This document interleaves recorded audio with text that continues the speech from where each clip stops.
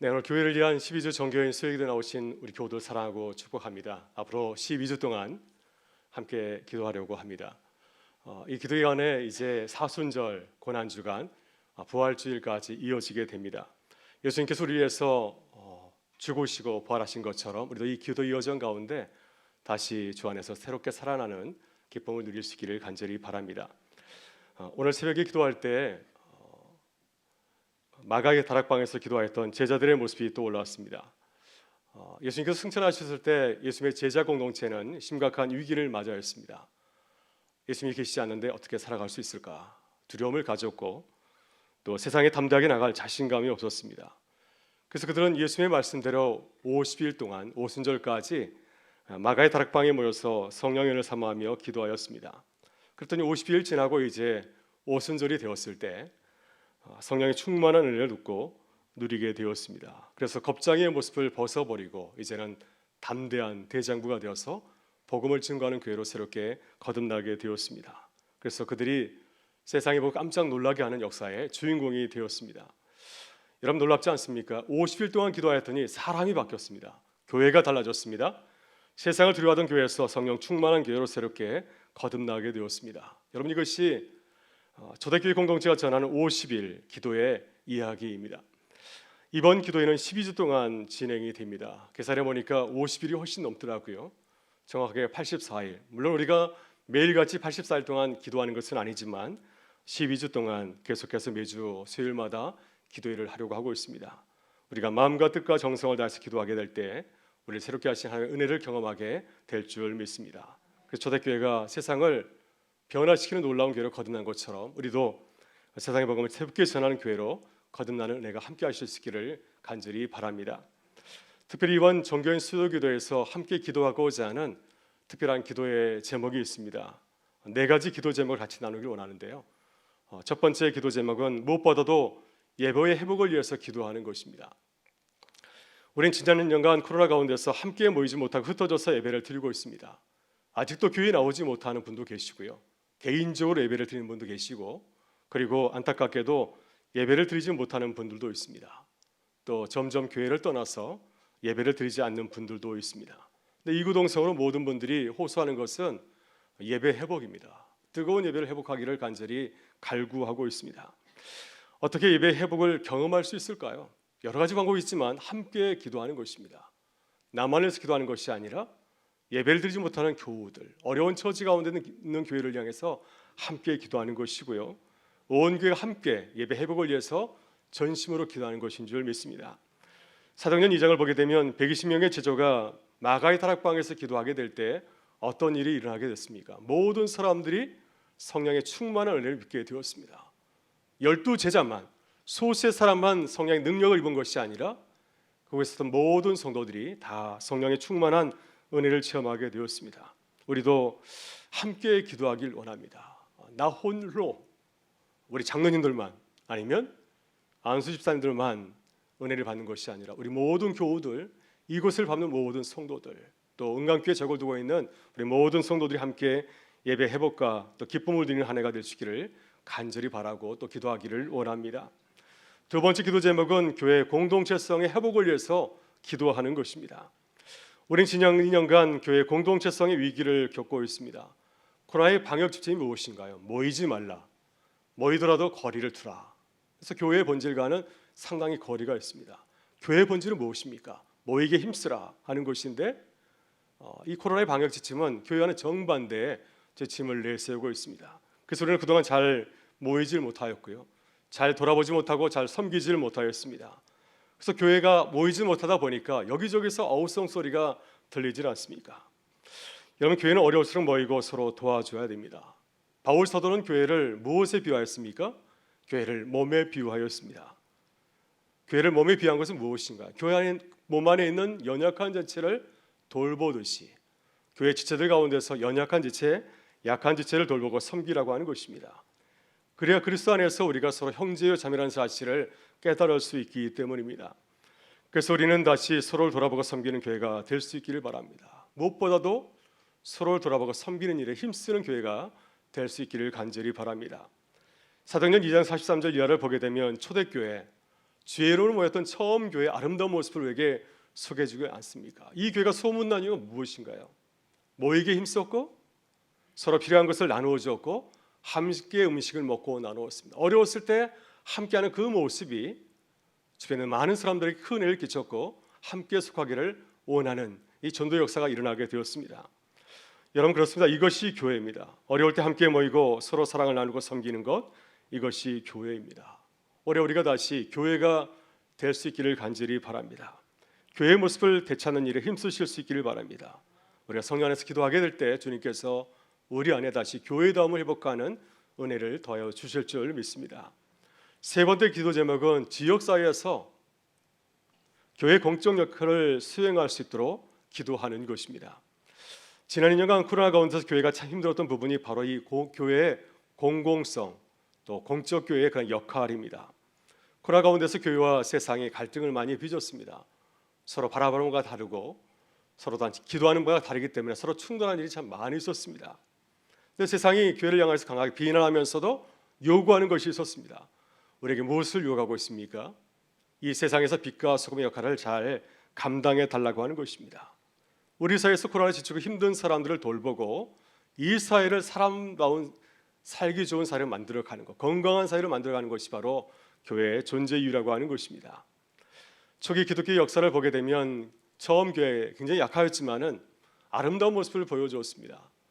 주 2세기경에 로마 제국 소아시아 지역에 전염병이 일어나게 되었을 때 초기 그리스도인들은 적극적으로 전염병에 걸린 자들을 섬기고 돌보았습니다. 로마 제국 당국은 전염병이 퍼진 지역을 지나서 안전한 곳으로 대피할 것을 명령하였습니다. 그러나 소수의 그리스도인들은 그 명령을 어기고 그 지역에 남아서 전염병으로 죽어가는 사람들을 장사 지내고 환자들을 돌보고 섬겼습니다. 그리고 그들을 섬기다가 결국은 전염병에 걸려서 죽어가게 되었습니다. 나중에 이제 전염병이 지나게 되었을 때 로마 제국 당국도 포기한 일을 감당한 초기 그리스도인의 모습을 보면서 깜짝 놀랐습니다. 도대체 이들은 누구에게 이런 일을 감당할 수 있었던가 하면서 그들의 사랑과 섬김에 크게 감동을 받은 역사가 우리에게 전해져 내려오고 있습니다. 작년에 우리 교회는 코로나 가운데서 어려움을 겪고 있는 미자립 교회들을 도운 일이 있습니다. 그때 도움을 받은 교회 목사님들이 저에게 개인적으로 전화를 주셔서 고마움을 전하였습니다. 정말 어려웠는데 은강교회가 큰 교회로서의 역할을 잘 감당해서 정말 고맙다는 인사를 제게 전하였습니다. 그래서 그 이야기를 들으면서 나누면서 제 마음이 많이 기뻤고 이것이 교회의 모습이구나. 섬기는 모습을 우리가 계속해서 가져야겠구나 하는 생각을 하게 되었습니다. 여러분, 그렇습니다. 우리 주변에 어려운 교회들이 참 많이 있고요. 어려운 이웃들이 참 많이 있습니다. 우리 교회는 지난 60년 동안 성장하고 부흥하였습니다. 하나님께서 우리에게 큰 애를 부어주신 거, 코로나 가운데 있지만 크게 걱정하지 아니하고 교회 본질인 복음사에게 힘쓸 수 있는 것은 무슨 이유일까요? 어려운 교회와 이웃을 돕고 섬기라는 뜻이 아니겠습니까? 우리를 통하여서 우리 주변에 있는 많은 이웃들, 또 교회들이 복을 받고 누리는 것, 이것이 주님께서 우리에게 주신 중요한 교회의 사명인 줄 믿습니다. 이를 위해서 우리가 이 지역사회 가운데서 빛과 소금이 될 수 하는 일에 더욱더 힘을 쓰고 기도하는 교회가 될 수 있기를 주의 이름으로 축원합니다. 마지막 기도 제목은 교회의 재척과 교회의 미래의 발전을 위해서 기도하는 것입니다. 작년에 우리 교회는 온 교회와 함께 기도하고 수고해서 재척을 이루게 되었습니다. 그러나 완전한 재척을 이룬 것은 아닙니다. 이제 올해 우리 교회는 힘써 이 문제를 잘 마무리해야 됩니다. 이를 위해서 교회발전위원회가 날마다 수고하고 있습니다. 올해 우리 교회가 함께 기도하면서 이 모든 문제에 대해서 유정의 미를 거둘 수 있도록 더 힘써 기도하는 교회가 될 수 있기를 간절히 바랍니다. 나가서 우리는 교회의 미래와 발전을 위해서도 기도해야 됩니다. 코로나 이후에 세상은 빠르게 변화하고 있습니다. 우리 지역사회도 나날이 달라지고 있지 않습니까? 우리 교회가 속한 불광동과 은평 지역도 빠르게 변화하고 있습니다. 이런 세상의 변화와 도전 속에서 우리는 교회 창립 70년을 바라보고 있고 또 70년을 넘어서 이제 100년을 내다보고 있습니다. 이제 우리는 교회의 미래를 위해서 새롭게 고민하고 기도해야 할 때인 줄 믿습니다. 우리가 계속해서 이 지역에서 이 민족을 위해서 복음사역을 잘 감당할 수 있도록 기도해야 될 줄 믿습니다. 그래야 주님께서 우리에게 주신 이 귀한 생을 잘 감당하는 교회로 날마다 성장하고 부흥하는 기쁨을 누리게 될 줄 믿습니다. 여러분 어떻습니까? 우리는 지금 참 중요한 시기에 서 있지 않습니까? 우리가 힘써 기도해야 될 문제가 많이 있습니다. 그래서 주님께서 새해를 맞이해서 우리를 하여금 이 기도의 자리로 부르신 줄 믿습니다. 어떻게 우리가 이 문제를 잘 감당할 수 있을까요? 우리는 힘이 없고 부족하지만 성령께서 우리와 함께 하실 때 우리에게 주신 이 기도의 사명, 이 모든 사역을 넉넉히 감당하게 될 줄 믿습니다. 그래서 성령 하나님의 은혜를 간절히 구하면서 기도하는 이 기도의 여정 12주가 될 수 있기를 주의 이름으로 축원합니다. 이번 12주 정교인 수요 기도의 주제는 담대하게 확신을 가지고입니다. 에베소 3장 12절에서 사도 바울은 이렇게 말합니다. 우리가 그 안에서 그를 믿음으로 말미암아 담대함과 확신을 가지고 하나님께 나아감을 얻느니라. 사도 바울은 우리가 그리스도 안에서 하나님의 자녀로 부르심을 받았기 때문에 담대하게 확신을 가지고 하나님 앞에 나아갈 수 있다고 말씀하고 있습니다. 그래서 우리가 주 안에서 담대함과 확신을 가지고서 주의 몸된 교회로서 주님 앞에 나아가는 그런 시간이 될 수 있기를 바랍니다. 이번 정교인 기도에서 함께 나누고자 하는 말씀은 에베소서의 말씀입니다. 사도행전 19장을 보게 되면 바울 사도는 에베소 지역에서 교회를 세우고 또 복음을 전하였습니다. 2년 가까이 지내면서 그곳에서 참 놀라운 아름다운 교회 사역을 잘 감당하였습니다. 이 에베소는 아주 유명한 도시입니다. 이곳에는 고대 세계에서 7대 불가사의 건축물 중에 하나인 아데미 신전이 있는 곳입니다. 지금은 이 신전이 없지만 굉장히 크고 또 많은 사람들이 관심을 모으는 아주 대단한 건축물이었습니다. 바울은 이곳에서 복음을 전하다가 아데미 신도들과 충돌해서 큰 소동이 일어나기도 하였습니다. 그래서 이 에베소를 가만히 보게 되면 이 에베소는 우리 시대와 굉장히 많이 닮은 점을 보게 됩니다. 우리도 코로나 가운데서 세상과 충돌하고 있지 않습니까? 세상과 심한 갈등을 겪고 있습니다. 근데 바울은 이렇게 힘든 세상에서 살아가는 에베소 교회와 성도들에게 편지를 보내었습니다. 그리고 교회를 위한 복음을 소개하고 있습니다. 교회가 세상 가운데서 어떤 복음을 증거하며 또 교회와 성도가 어떤 모습으로 살아가야 되는지에 대해서 말씀을 전하고 있습니다. 이 말씀은 또한 우리 시대를 위한 말씀이기도 하죠. 그래서 우리도 이 복음을 잘 붙들고 또 세상을 살아가야 될 줄 믿습니다. 여러분, 그다음 바울이 전한 복음은 무엇인가요? 이 어려운 시대 가운데서 우리가 전해야 되는 복음의 사역은 무엇이겠습니까? 오늘 본문에서 바울 사도는 에베소 교회 성도들에게 교회가 기도하고 전해야 될 복음을 전하고 있습니다. 그것은 그리스도 안에서 하나님께서 우리에게 주신 하늘에 속한 신령한 복이라고 말씀하고 있습니다. 3절에서 이렇게 말씀합니다. 찬송하리로다. 하나님 곧 우리 주 예수 그리스도의 아버지께서 그리스도 안에서 하늘에 속한 모든 신령한 복을 우리에게 주시되. 그래서 주님께서 우리에게 주신 복은 하늘에 속한 신령한 복이라고 말씀하고 있는데 그 신령한 복 세 가지를 우리에게 소개해주고 있습니다. 첫째는 무엇인가요? 첫째는 성부 하나님께서 우리를 선택하신 복이십니다. 창세전에 우리를 선택하신 복이라고 말씀하고 있습니다. 둘째는 성자 하나님께서 우리를 속량하신 복입니다. 우리의 죄를 십자가에서 다 사하신 복이고요. 마지막 세 번째는 성령 하나님께서 우리 안에 내주하시고 우리를 보증하시는 복이라고 말씀하고 있습니다. 이 시간 이 세 가지 하늘의 복을 누리면서 나누면서 또 이 세 가지 복을 바라보면서 기도하는 시간이 될 수 있기를 바랍니다. 먼저 창세전에 우리를 선택하신 성부 하나님의 복을 누리고 전해야 됩니다. 4절 6절에서 바울 사도는 우리를 선택하신 성부 하나님의 복을 이렇게 소개합니다. 우리 4절부터 6절까지의 말씀을 같이 한번 보도록 하겠습니다. 곧 창세전에 그리스도 안에서 우리를 택하사 우리로 사랑 안에서 그 앞에 거룩하고 흠이 없게 하시려고 그 기쁘신 뜻대로 우리를 예정하사 예수 그리스도로 말미암아 자기 아들들이 되게 하셨으니 이는 그가 사랑하시는 자 안에서 우리에게 거저 주시는 바 그의 은혜의 영광을 찬송하게 하려는 것이라. 아멘. 네, 본문을 보게 되면 3절부터 14절 보게 되면은 계속해서 반복해서 나오는 문구가 하나 있습니다. 그것은 그리스도 안에서 예수 그리스도로 말미암아. 그리스도 안에서 예수 그리스도로 말미암아. 이런 단어들이 무려 9번이나 반복해서 사용되고 있습니다. 왜 이 문구를 계속 반복하는 것일까요? 바울이 이 문구를 통해서 강조하라고 하는 것은 무엇인가요? 그것은 성부 하나님께서 우리에게 주신 복이 그리스도 안에서 이루어진 은혜의 사건이라고 하는 것입니다. 하나님의 은혜로 이루어진 사건이라고 말씀하고 있습니다. 그렇다면 그리스도 안에서 이루어진 은혜의 사건 가운데 첫 번째 복은 무엇인가요? 그것은 성부 하나님께서 우리를 선택하신 사건입니다. 성부 하나님께서 창세전에 우리를 선택하신 이유는 무엇인가요? 우리를 창세전에 선택하신 이유를 잘 알아야 됩니다. 하나님의 관심은, 하나님께서 우리를 선택하신 이유는 우리가 거룩하고 흠이 없는 주님의 자녀로 살게 하는 것입니다. 그래서 우리를 선택하신 것이죠. 또 우리를 선택하신 하나님께서 우리에게 관심을 가지는 것은 우리에게 바라시는 뜻이 있는데, 그것은 이 놀라우신 하나님의 은혜를 전하고 찬송하는 것입니다. 여러분, 바울 사도는 교회를 핍박한 박해자였습니다. 하나님께서 그를 은혜로 부르셨습니다. 그때 바울 사도는 부족한 자신을 이방인의 사도로 부르신 하나님의 은혜를 크게 감사하였습니다. 내가 이방인의 사도가 되었다고 부활하신 예수님께서 나를 직접 부르셨다고 교만하지 않았습니다.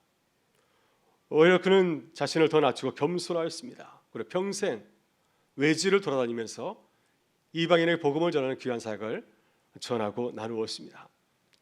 여러분, 이것이 우리를 선택하신 하나님의 복을 누리는 교회와 성도의 모습인 줄 믿습니다. 이 시대에 많은 사람들이 복음을 듣지 못하고 있습니다. 특별히 이 시대에는 젊은 세대, 또 청소년들, 또 많은 이웃들이 복음을 외면하고 있는 가운데 있습니다. 이때 우리는 하나님의 선택을 받은 자들로서 더 힘써 우리를 부르신 주님의 은혜를 전하고 난 일에 힘쓰는 교회와 성도들이 되실 수 있기를 주의 이름으로 축원합니다. 다음으로 우리의 죄를 속량하신 성부 하나님의 복을 깨닫고 전해야 될 줄 믿습니다. 본문 7절부터 10절에서 바울은 우리를 속량하신 성자 하나님의 복을 이렇게 소개하고 있습니다. 우리 7절부터 10절까지의 말씀을 같이 한번 보도록 하겠습니다.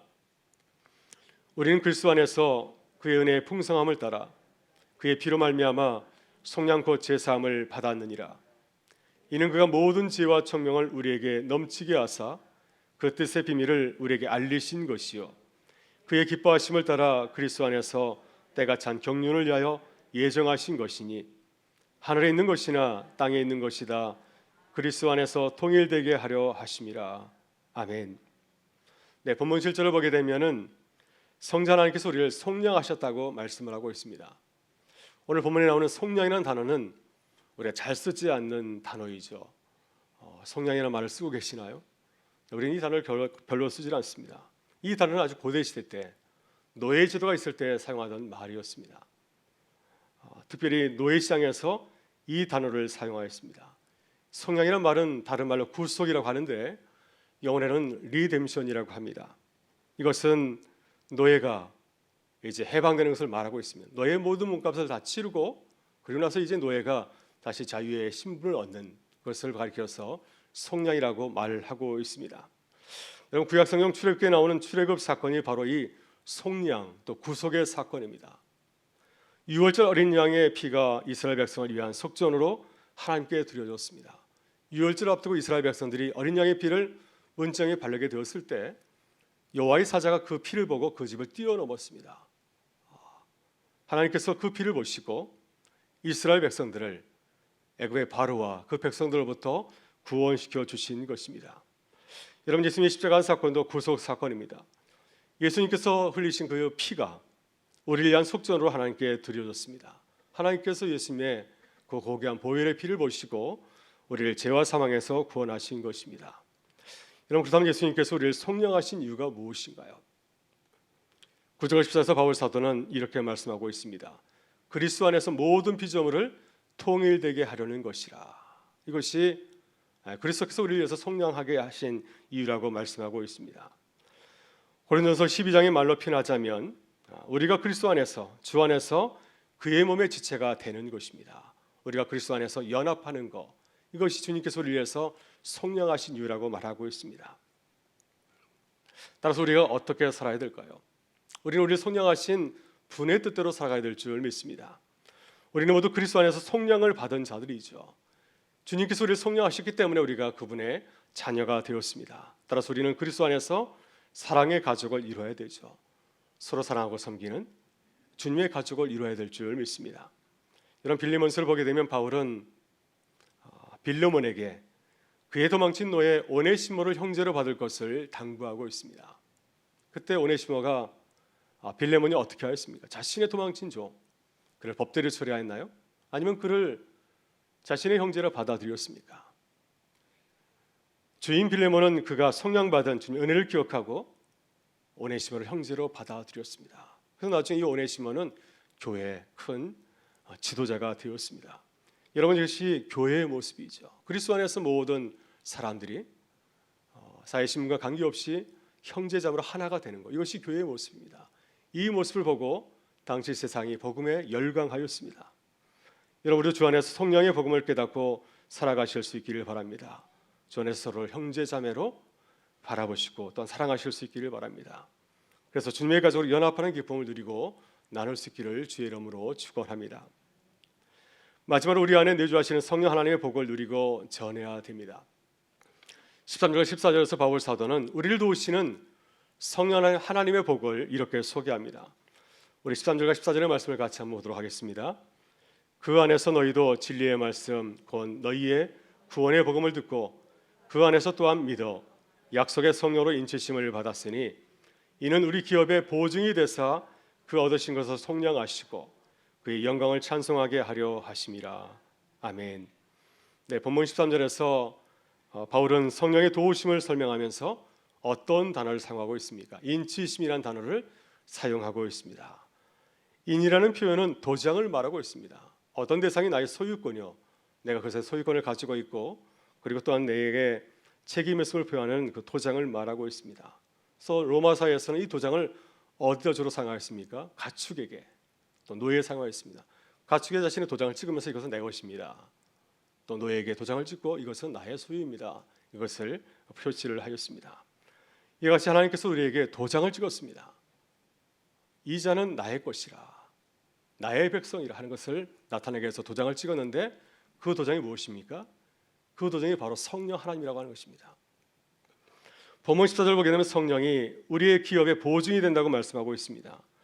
여기서 말하는 보증은 영어로 디파짓, 예치금, 또 첫 할부금을 말하고 있습니다. 따라서 성령은 우리의 보증금인데 하나님께서 우리에게 보증금 성령을 보내주신 건 무엇입니까? 장차 이 자가 하나님의 백성으로서 놀라운 하나님의 기업과 상속을 누리게 되는 사실을 보여주고 있습니다. 다시 말해 성령께서 우리 안에 내주하시는 것은 우리가 하나님 나라에서 상속을 받은 자녀란 사실을 밝혀주기 위해서 하나님께서 우리에게 성령을 보내주셨다고 하는 것이죠. 하나님께서 우리에게 성령을 보내주신 이유가 무엇일까요? 본문 14절에서 바울은 이렇게 말하고 있습니다. 우리가 죄에서 풀려나서 하나님의 소유가 되고 하나님의 영광을 찬송하게 하려 함이라 라고 말씀하고 있습니다. 우리는 연약해서 쉽게 넘어지고 무너질 때가 참 많이 있죠. 성령께서 우리와 함께 하실 때, 성령께서 내주하게 되실 때 우리는 어떤 상황에서도 하나님의 영광을 찬양하며 살아가게 될 줄 믿습니다. 사도행전 16장을 보게 되면 바울과 실라가 복음을 전하는 과정에서 이제 문매를 맞고 깊은 감옥에 갇히게 되었습니다. 근데 그때 그들이 하나님을 찬양할 수 있었던 것은 성령께서 그들에게 그 고난의 자리를 이길 수 있는 힘을 주셨기 때문이었습니다. 그래서 로마서 8장 26절에서 바울 사도는 어떻게 고백하고 있습니까? 성령이 우리의 연약함을 도우신다고 고백하고 있고요. 우리를 위해서 말할 수 없는 탄식으로 간구하신다고 말씀하고 있습니다. 성령 하나님께서 우리에게 도움을 주셔서 하나님을 찬양하며 살아갈 수 있도록 인도하신다고 증거하고 있습니다. 여러분, 우리도 그렇습니다. 우리도 코로나 가운데서 어려움을 겪고 있습니다. 그러나 주를 바라보면서 감사하고 기뻐하는 것은 성령께서 우리를 도우시기 때문인 줄 믿습니다. 따라서 힘들고 낙심될 때 성령 하나님을 은혜를 간절히 사모하고 기도하는 교회와 성도가 되실 수 있기를 바랍니다. 그래서 바울과 실라처럼 항상 주를 기뻐하고 감사하는 교회로 거듭날 수 있기를 주의 이름으로 축원합니다. 오늘 우리 주님이 교회를 위해서 약속하신 세 가지 복을 함께 나누었습니다. 성부 하나님, 또 성자 하나님, 성자 하나님, 성삼위 하나님의 복과 은혜를 나누었습니다. 오늘 이 시간 삼위 하나님께서 우리에게 주신 복을 바라보면서 기도할 수 있기를 간절히 바랍니다. 그래서 그리스도 안에서 하나님께서 우리에게 약속하신 그 복을 누리며 나누는 교회와 성도가 되실 수 있기를 주의 이름으로 축원합니다. 함께 기도하겠습니다. 좋으신 우리 아버지 하나님, 우리에게 새해를 선물로 주시고 새해 새로운 교회와 성도의 비전을 주셔서 감사합니다. 이래서 온 교회가 함께 기도하는 은혜의 자리로 인도하여 주셔서 감사를 드립니다. 오늘부터 시작하는 12주 정교인 수요 기도의 가운데 기도의 사명을 다하고 기쁨을 누리게 하여 주옵소서. 이 어려운 시대의 교회의 사명을 다하게 하셔서 세상의 소금과 빛이 될 수 있도록 인도하여 주옵소서. 오늘 주신 말씀처럼 그리스도 안에서 하나님께서 우리에게 주신 하나님의 신령한 복을 깨닫고 누리게 하여 주옵소서.